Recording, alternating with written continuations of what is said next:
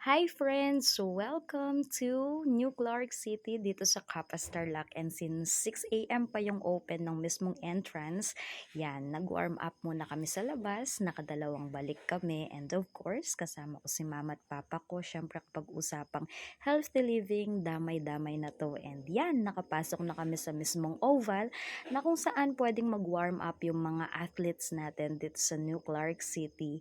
And yan, medyo basa. So, medyo mabigat ang paglakad at pagtakbo dahil sa mga nakaraang ulan.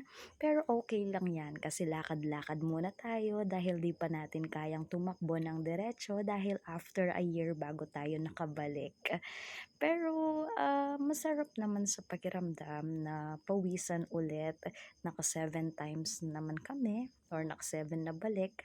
Yan, hindi rin matatapos ang pag-visit dito kung hindi natin pupuntahan yung mga favorite spots ng mga namamasyal dito, which is the Athlete Stadium. Actually, dito ginawa yung 38th SEA Games noong 2019. Yan ang New Clark City, 'di ba? So napakaganda, very refreshing, presko kapag ikaw ay magpapapawis or mamamasyal.